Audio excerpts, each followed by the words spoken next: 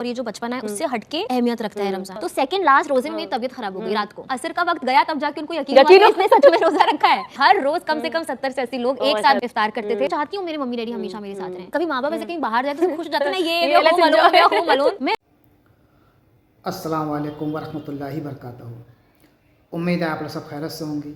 मैं भी अल्हम्दुलिल्लाह अल्लाह का लाख लाख शुक्र है, एहसान है, खैरत से हूँ। आज इंशाअल्लाह जिस वीडियो पर रिएक्शन देने आ रहे हैं दोस्तों, सना खान इनका चैनल का नाम है। इनका चैनल का लिंक मैं डिस्क्रिप्शन बॉक्स में दे दूँगा। आप लोग इनका चैनल को सब्सक्राइब करिएगा और मेरी वीडियो को एंड तक देखिएगा। दोस्तों, ये सना खान का एक शो आया है, उस पर वो तमाम लोगों को बुला के उनके बारे में बात होती है, जानकारी होती है। क्योंकि रमज़ान शरीफ का महीना चल रहा है तो उनके शो में इस बार आई हैं जन्नत ज़ुबैर। इनको सब जानते हैं, सोशल मीडिया पे बड़ी पॉपुलर हैं ये। तो ये उनके बारे में आज बात होगी दोस्तों। तो आइए हम लोग पूरी वीडियो को देखेंगे एंड तक के, वो अपने बारे में क्या क्या बताती हैं, क्या क्या नहीं बताती हैं, ये जो भी मामला है अपने पेरेंट्स के बारे में, अपने माँ बाप के बारे में, तो ये सारी जानकारी हम लेंगे इस वीडियो के ज़रिए से। तो शो को होस्ट जो कर रही हैं वो सना खान कर रही हैं और जन्नत ज़ुबैर वो उनके मेहमान हैं। तो आइए पूरी वीडियो एंड तक देखिएगा आप लोग भी। बड़ा प्यारा और दिलचस्प वीडियो है ये, और जितना हो सके दोस्तों इसको शेयर करिएगा और वीडियो एंड तक ज़रूर देखिएगा। और आप लोगों को अच्छी लगे तो उसको लाइक भी कर दीजिएगा। तो आइए बिना देरी पहले वीडियो स्टार्ट करते हैं, फिर बात करते हैं। पहले तो रमजान मुबारक हो आपको जन्नत। आपको भी बहुत बहुत मुबारक हो। जज़ाकल्लाह खैर। बहुत बहुत शुक्रिया कि आप आई और माशाल्लाह से आप बहुत खूबसूरत लग रही हो। Thank you. तो आप मुझे पहले ये बताएं जन्नत कि आपके लिए जो रमजान मुबारक का ये महीना है ये कितना और क्या अहमियत रखता है? बचपन से हम सब एक्साइटेड तो बहुत होते थे बचपन से, रमजान आएगा रोजा रखेंगे रोजा रखेंगे। जबकि तब अलाउड नहीं होता था कि अभी फर्ज नहीं है, अभी रहने दो। फिर बोलते थे मम्मी एक दाढ़ का रोजा रख लो, है ना। एक दाढ़ का रोजा क्या कि पूरे दिन आपको एक दाढ़ से खाना है, तो बच्चों का वो रोजा कबूल होता है। लेकिन बचपन से एक्साइटमेंट होता था कि नहीं नहीं रोजा रखेंगे रोजा रखेंगे। बट आई वुड से ये 2020 से ना, जब से मुझे और चीज़ों की समझ आई, जब से और चीज़ें समझ आने लग गई, तो अहमियत ज़्यादा पता लगने लग गई कि ये जो एक्साइटमेंट है और ये जो बचपना है उससे हटके और बहुत ज़्यादा अहमियत रखता है रमज़ान। 2020 में जब रमज़ान गए तो वो जो मेरा रमज़ान था ना, वो आई वुड से कि वो स्टार्ट था जब मुझे ऐसा लगा कि ऐसा भी आप फील कर सकते हो रमज़ान में, ऐसा भी आप फील कर सकते हो, ऐसे भी आपके दिन जा सकते हैं, इतना भी आपको सुकून मिल सकता है कि आप घर में हो कहीं बाहर नहीं जा रहे बट तब भी आपके दिल में सुकून है, तब भी आपको अच्छा लग रहा है। 5 साल में बहुत डिफरेंस आया है मेरे अंदर रमजान को लेकर। आप हर साल पूरे रोजे रखती हो? क्या सिचुएशन है आपकी रोजों को लेकर? सो अल्हम्दुलिल्लाह मैं कोशिश पूरे रोजे रखने की करती हूँ। पिछले साल मेरा सिर्फ एक रोजा छूटा। अच्छा। पिछला साल पहला साल था जब मैंने इतने भी रोजे रखे और एक ही छूटा। वो इसलिए छूटा मेरी तबीयत खराब हो गई थी। मैं सहरी में भी उठी बट मेरी तबीयत खराब हो गई और मेरी मम्मी डैडी ने बोला कि तबीयत आपकी नासाज है तो चलेगा, मत रखो। और वो कौन सा रोजा था? Second last. अच्छा। तो क्या होता है जब आप स्टार्ट करते हो तो ऑलरेडी वो इतनी एनर्जी होती है कि आप निकलते निकलते, बट जब तक के थोड़ा एंड आने लगता है ना, बॉडी एकदम थोड़ी ड्रेन होने लग जाती है, थोड़ी वो हो जाती है। तो सेकंड लास्ट रोजे में मेरी तबीयत खराब हो गई रात को और तब भी मैं उठी। मैंने कहा नहीं मैं उठूंगी, मैंने सहरी भी खाई बट दिन में मैं रोजा नहीं रख पाई। तो वो मेरा एक, और उसका मुझे बहुत अफसोस है। उसका मुझे आज तक के बहुत अफसोस है क्योंकि एटलीस्ट फिर वो मेरे दिल में हो जाता ना कि मैंने सब रखे। बट वो मेरा एक जो छूटा ना, उसका मुझे उस चीज़ की बहुत ज़्यादा तकलीफ है। लेकिन अल्हम्दुलिल्लाह उतने भी रखे, वो भी मेरे लिए बड़ी बात है। जब मैंने पहला रोज़ा रखा था आई थिंक मैं 11 या 12 साल की थी। और जैसे बोलते हैं ना हमारे पहला बच्चा पहला रोज़ा रखता है, रोज़ा खुशाई होती है। तो उस दिन क्या हुआ था मुझे अच्छी तरह याद है। मैंने रात को खाना भी नहीं खाया, सहरी भी नहीं की, मम्मी ने उठाया नहीं और मैंने सुबह बोलते मेरा तो रोज़ा है। तो मेरी मम्मी ने बोला ठीक है, बोल रही है, मजाक कर रही है, उसको हमेशा से शौक है, ऐसे ही बोल रही है। दिन हो गया, मैं बाहर गई हूँ, मैं काम कर रही हूँ, ये वो मैं खा ही नहीं रही, मैं बोल रही हूँ मेरा रोज़ा है। मतलब मैंने नियत सच में कर ली थी कि आज मेरा रोजा है। वो मेरे मम्मी डैडी मान नहीं रहे थे कि मेरा रोजा है। उनको लग रहा था कि बस रखा होगा एक दाढ़ का, कुछ ना कुछ तो खा लेगी पी लेगी। जब असर का वक्त गया तब जाके उनको यकीन हुआ कि इसने सच में रोजा रखा है। तो तब जाके मेरी मम्मी ने मेरे नाना नानी, मेरे मामा मामी सबको कॉल किया कि फिर इफ्तार अच्छे से बनवाया कि जन्नत की रोजा खुशाई भाई आज ही है। हमें पता ही नहीं था इसने रोजा रखा है बट सच में रोजा रखा है। तो जो मेरा पहला रोजा था वो इस तरीके से। आई नो जनरली जब हमारे यहाँ पे जितने भी हमें लोग देख रहे हैं, स्पेशली जो लोग जो रोजे रखते हैं रमजान के महीने में, आई थिंक जो मुस्लिम्स हैं उनको पता है कि क्या होता है। लेकिन जो नॉन मुस्लिम्स अगर हमें देख रहे हैं तो उन्हें मैं बताना चाहूंगी कि जनरली जब हमारे यहाँ पे बच्चे पहला रोजा रखते हैं, जो पहला रोजा होता है जिंदगी का, तब हमारे घर वाले बहुत ज्यादा एक्साइटेड होते हैं, इनवाइट करते हैं। हाँ, क्योंकि हमारे बच्चे ने पहला रोजा रखा है तो एक अलग माहौल होता है, जाहिर सी बात है बहुत एक्साइटमेंट होती है। एक्चुअली माँ बाप को भी वेट कर रहे होते हैं कि ये मगरिब तक टिक जाएंगे बच्चे कि नहीं। तो आई थिंक ये एक बहुत वो चीज़ है। और जैसे आपने कहा कि आपको अफसोस है, हम सब जानते हैं कि रमजान का जो रोजा, इसकी इतनी अहमियत है कि हदीसों में आता है कि अगर रमजान का रोजा जानबूझ के जो छोड़ते हैं, या अगर आप कयामत की सुबह तक भी रोजा रखें तो भी आप उसका रद्द बदल नैमो बदल नहीं कर सकते, तो उसकी इंपॉर्टेंस इतनी है। लेकिन जब हम बीमार होते हैं, कोई सिचुएशंस होता है, तो अल्लाह हमें मौका देता है कि पूरे साल में हम कभी भी कवर कर सके। और जो बीमार होते हैं, बूढ़े होते हैं, जो रोजे फिर भी नहीं रख सकते, वो लोग कफारा निकालते हैं उसका। एंड बाकी के लोग जैसे मैं हूँ, जो लेडीज होती है स्पेशली, जिनके रोजे छूटते हैं, आई थिंक हम सब शवाल में उसको कवर अप कर लेते हैं, बिकॉज वो रमजान के इमीडिएटली दूसरे महीने में आता है, और क्योंकि बॉडी को एक आदत होती है रोजे की, तो हम उसके अंदर कवर कर लेते हैं। अदरवाइज आपके पास पूरा साल है रोजा रखने के लिए, आप जब चाहो तब रोजा रख सकते हो। तो मैं चाहती हूँ कि आप मुझे बताएं कि आपकी कोई ऐसी मेमोरी है जो आपके साथ रमजान की कोई ऐसी जुड़ी हुई है, जो आपको आज तक याद है कि ये एक चीज मैं कभी नहीं भूल सकती मेरे जिंदगी में, अभी तक की जो आपकी जिंदगी रही है। I think her Ramzani memorable जाता है। बिल्कुल। तो मैं 2014 में एक शो कर रही थी, महाराणा प्रताप, तो उसका सेट ना आम गाँव में लगा था, तो हम वहीं रुकते थे क्योंकि आम गाँव यहाँ से कुछ 3-3.5 घंटे का रास्ता है। तो मेरा जो पूरा रमजान है ना 2014 का, वो पूरा आम गाँव में निकला। अब when you are away from home, away from family, इफ्तार आपका कैसे बन रहा है? अब घर में तो आप बोल सकते हो मम्मी ये बनवा दीजिए, ये बनेगा, आप एक्साइटेड होते हो, बाहर से सामान आ जाता है। अब वो आम गाँव है, वहाँ पर बहुत स्केप्टिकल थी कि भाई कैसे होगा यहाँ पर, कैसे होगा, फैमिली भी नहीं है, मतलब मम्मी डैडी में से कोई ना कोई रहता था, but apart from that, but माशाल्लाह वो जो मेरा रमजान था वो इतना खूबसूरत निकला है।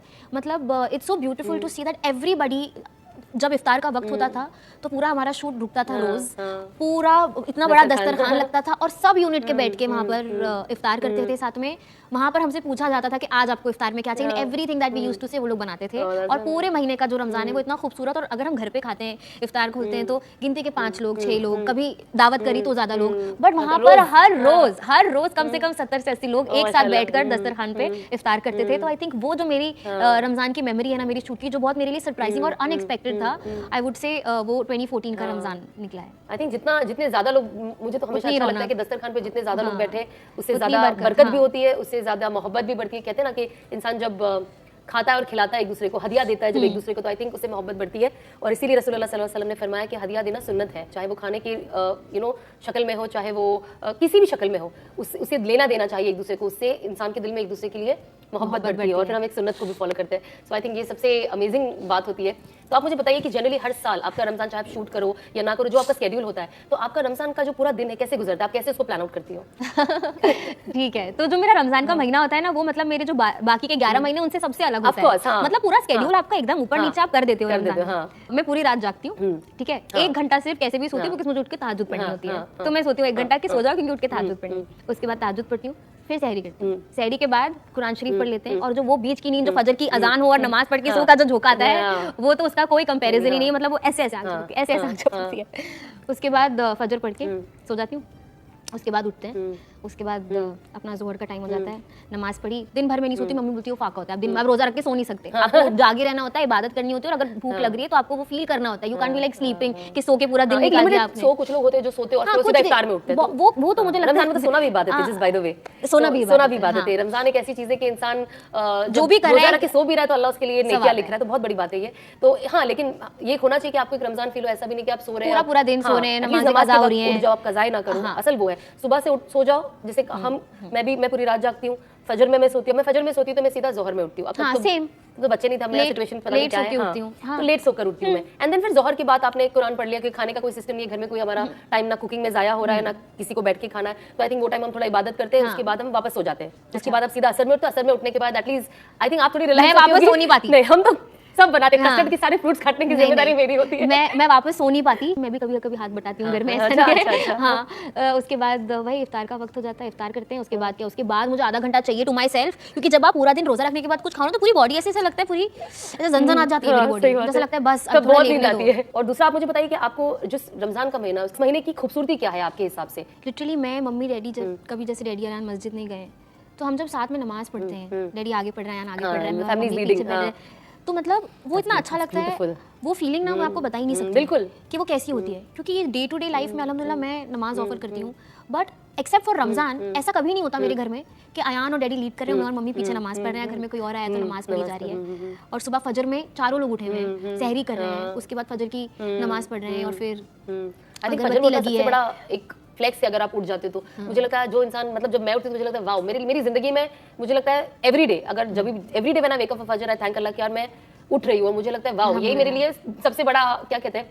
अकम्पलिशमेंट है। एंड आई फील कि जिनके घर में उनको नहीं सामने से आसपास और लोगों, उनकी ना रौनक ही बहुत अलग होती है। मतलब हम तो आपस में मनाकर खुश हो जाते हैं, वो तो पूरा मोहल्ला मनाता है, यू नो उनका सहरी। और आजकल के टाइम पे क्या है कि पहले तो पड़ोसी और ये और वो, मुझे याद है जब मैं छोटी थी वहाँ पे हम लोग सब अपने पड़ोसियों से बहुत क्लोज थे। पड़ोसियों से बिल्डिंग में जितने लोग हैं सबके लिए तो किसी के घर से इफ्तारी आ रही है, हमारे घर इफ्तार जा रहा है, किसी क्या शरबत बनाए तो अब आता है, अब अब यहाँ पे नहीं। मेरे नेबर जो थे माशाल्लाह से अब तो वो इस दुनिया में नहीं रहे, अल्लाह उनकी मगफिरत फरमाए, बहुत अच्छे नेबर थे मेरे, वो अभी भी है, लेकिन उनकी पूरी फैमिली बाहर रहती है, उनकी अलग बच्चे बाहर पढ़ रहे हैं, लेकिन वो इतने अच्छे थे। जब हम नए नए जब शिफ्ट हुए तो वो ऐसे भी हमारे यहाँ पे खाना या कुछ ऐसे भेजते रहे, जैसे होता है ना जब आप कहीं पे नया शिफ्ट होते हो तो आप एक ताल्लुकात बनाने के लिए आप कुछ ना कुछ नए जो घर पे शिफ्ट हुए उनको कुछ देते हैं, तो इफ्तार में रोज उनके यहाँ से कुछ आए। तो मुझे ना, क्योंकि हम पहले जहाँ पे हम भी जहाँ रहते थे ना वहाँ से इफ्तार ये सब आता था, तो एक अलग माहौल था। फिर जब मैं यहाँ पे आई तो यहाँ पे वो मुझे माहौल ऐसे, जब मेरी बिल्डिंग चेंज हुई, पहले मैं कहीं और रहती थी, फिर मैं अभी फाइनली जहाँ रहती हूँ, तो मुझे ऐसा लगा कि वहाँ कितनी मजा आती थी, मेरी बाजू वाली आंटी कितनी अच्छी थी, शाम को नई नई चीजें बना के देती थी।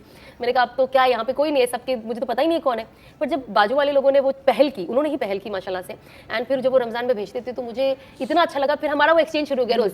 बेचारे अंकल अकेले रहते थे, उनकी वाइफ बच्चे ट्रैवल करते थे, बच्चे बाहर पड़े, तो अंकल आपके लिए इफ्तार लेके आए, नॉक करते थे इफ्तार लीजिए, उनके से जो आते थे कुक होते थे वो लेके आते थे, आंटी आपके लिए बनाए, और वो लोग इतना ध्यान रखते थे, जन्नत यू वोंट बिलीव, उनको पता है मेरी मम्मी को शुगर है and health wise she is not that good, तो वो भी ध्यान रखते थे कि आंटी हमने आपके लिए बनाया, इसके अंदर शुगर नहीं डाला। तो आई थिंक जब आपको ऐसे नेबर्स मिलते हैं जो आपके लिए सिर्फ इफ्तार नहीं ला रहे बल्कि they are also taking care of your health, जहाँ पे वो आपको एक दिमाग में रख रहे कि नहीं शरबत मैंने आपके लिए ये अलग बनाया, तो आई थिंक ये भी कितनी बड़ी नेमत होती है ना। मैं हमेशा कहती हूँ अच्छे नेबर अल्लाह की सबसे बड़ी नेमत है हम सब के लिए। अल्लाह ने हर किसी को अच्छा ही बनाया है, लेकिन ये टाइम पे अल्लाह हमारे दिलों को और नरम कर देता है ना, हमें और देने वाला बनाता है। अभी आप भी माशाल्लाह से, हम श्योर रमजान के महीने में हम ऐसे तो बिजी रहते हैं, लेकिन रमजान में हमें लगता है इसके लिए भी गिफ्ट ले लेते हैं, इसके लिए भी गिफ्ट ले लेते हैं, पूरे खानदान के लिए। मेरे यहाँ पे माशाल्लाह से ऐसे 10 साल के भी ऊपर हो चुका है जहाँ पे मुझे लगता है रमजान में पूरी फैमिली मेरे दिए हुए कपड़े पहनने चाहिए। तो मैं, आप यकीन नहीं करोगे अभी कि मैं रमजान के 1 महीने पहले सबको सब भिजवा देती हूँ ईद मुबारक लिखकर कि भाई आप, क्योंकि मुझे टेंशन होता है टेलर लोग सिएंगे कि नहीं, हाँ, तो मुझे दूसरों का भी टेंशन होता है, सब बिजी हो जाते हैं। हाँ, तो जैसे कि हम सब जानते हैं माशाल्लाह से आप उम्रा, अल्लाह सुब्हानहू व तआला आपको बार बार अपने घर बुलाते हैं और आप वहाँ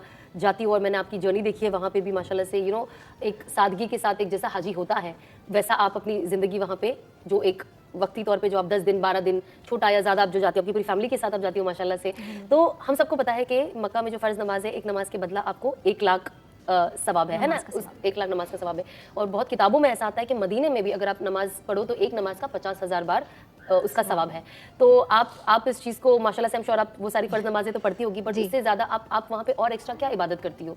तो जैसे कि सारी नमाजें हरम में होती हैं अल्हम्दुलिल्लाह, उसके अलावा तवाफ़ होते हैं। उम्रा तो आप अगर एक बार गए, कई बार 2 बार कर लेते हैं, 3 बार कर लेते हैं, जितनी हिम्मत हो। उसके अलावा आप तवाफ़ कर सकते हैं। तवाफ़ की एक बहुत खूबसूरत बात यह है कि जो आपके साथ नहीं है आप उनके नाम का भी तवाफ़ कर सकते हैं। उम्रा तो आप सिर्फ उनका कर सकते हैं जो इस दुनिया में अब नहीं रहे, लेकिन तवाफ़ आप किसी के भी बिहाफ में किसी का भी नाम लेके कर सकते हैं। बहुत रकातें, मुझे याद है पिछली बार जब मैं गई थी लास्ट ईयर, तब मदीने में मैंने सुबह में मैं उठी, मैंने सोचा आज मुझे 100 रकात पढ़नी है। अच्छा, मम्मी बोला 100 रकात अपार्ट फ्रॉम माय फर्ज नमाज, जैसे मुझे 100 रकात पढ़नी है। वहाँ पर आपको पता है कि आपको कुछ ही वक्त मिलता है कि 2 रकात पढ़ लीजिए, यहाँ 2 रकात पढ़ लीजिए, बिकॉज इतनी भीड़ होती है, इतनी लाइन होती है। रोज़े मुबारक की बात कर रहे हैं? मैं रोज़े मुबारक की बात कर रही हूँ, करेक्ट। तो जब मैं गई तो मुझे पता था मैं उठूंगी ही नहीं, तो जैसे ही वहाँ पर होती है ना आपको उठाने लग जाती है, तो जैसे ही आती थी मैं वैसे ही अपनी वापस से दोबारा से मान लेती थी नियत कि अब कैसे उठाएगी, अब कैसे उठाएगी। फिर थोड़ा आगे गई, फिर वहाँ पे पढ़ना स्टार्ट कर ली। और वो बेचारे बोलते रहते, वो बोलते रहते बेचारे, वो भी क्या करें। और पता है वहाँ पर इतनी भीड़ होती है, कभी किसी का पर्स लग रहा है, कभी कुछ, बिकॉज इतना क्या होता है और सबको पढ़नी है, तो कभी कुछ लग रहा है, कभी कुछ लग रहा है। लेकिन वहाँ पर मुझे बस होता है कि तुम मुझे चाहे मारो, मुझे चाहे कुछ लगे, तो मुझे घसीट के ले जाओ। मैं जब तक कि निकलते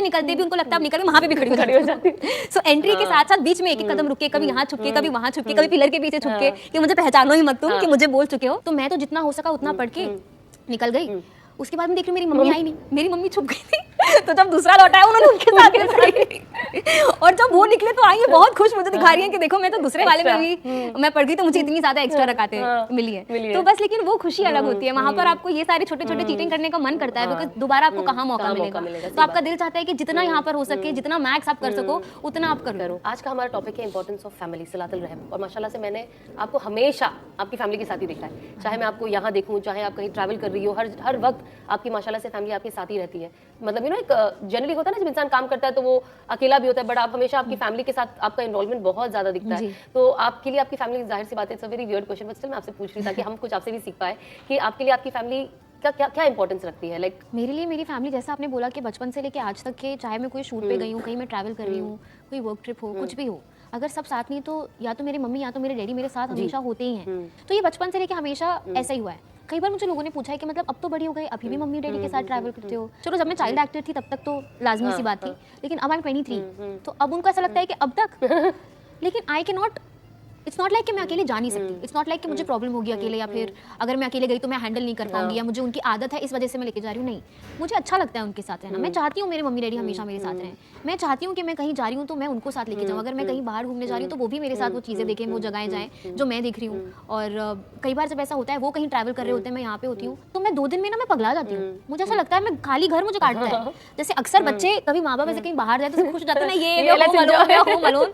मेरा उल्टा होता है, मैं रो रही होती हूँ और मैं मम्मी डैडी कॉल कर रही हूँ कि नहीं डैडी अब आप मम्मी को भेज दीजिए, अब घर खाली, अब नहीं मुझे खाया नहीं जा रहा, मुझसे ये नहीं हो रहा। कई बार मम्मी को आना पड़ा, कई बार मैं उनके पास चली गई हूँ। सो ये जो बॉन्ड है ना, ये इसीलिए नहीं है कि कुछ फोर्स्ड नहीं है इसमें कि नहीं जन्नत अकेले नहीं जाएगी इसलिए हम जाएंगे। वो इसलिए नहीं है कि नहीं मैं अकेले जाके मुझे आदत नहीं है, मैं हैंडल नहीं कर पाऊंगी तो कोई साथ चलो। नहीं, it is purely out of love, it is purely because I want my parents to be around me. I want Ayan to be around me. I can't imagine my days without my family, without their presence. अच्छी बात है, अभी तो video calls है, सब कुछ है, काम है। पता है आपको उनकी अहमियत ना, जैसे जैसे आप बड़े होते हो ना, वैसे वैसे आपको उनकी अहमियत समझ आती है और आपको एवरीथिंग स्टार्ट्स मेकिंग सेंस। बचपन में जो कभी हमने ऐसा लगा होगा कि क्यों बोल रहे हैं, क्यों टोक रहे हैं, क्यों नहीं जा सकती, क्यों अकेली नहीं, क्यों अकेले वो नहीं, आप जैसे जैसे बड़े होते हो ना आपको रियलाइज होने लगता है कि मतलब ये क्या नेमत है मेरे पास, और मैं तो कभी सोच ही नहीं सकती कि इसका ना कोई रिप्लेसमेंट है और ना इससे बड़ी कोई चीज़ दुनिया में मुझे मिल सकती है। I feel I am very grateful and I feel very lucky कि मुझे ना वो सब चीज़ों का एहसास ना बहुत जल्दी हो गया। एज पेरेंट्स आई थिंक उन्होंने हमेशा से हर कदम फूक फूक के रखा है। वो हमेशा बहुत प्रोटेक्टिव रहे और हमेशा आई एम श्योर उनके दिल में, उनके दिमाग में वो चीज़ रही होगी कि मैं कैसे अपने बच्चे को संभाल के प्रोटेक्ट करके हर सिचुएशन से निकाल दूँ, कहाँ पर वो कभी कोई गलत कदम ना उठाए, कहाँ पर वो कभी कहीं भटक ना जाए। तो ये सारी चीज़ें आई एम श्योर उनके दिमाग में हमेशा रही होंगी। But I feel very happy now.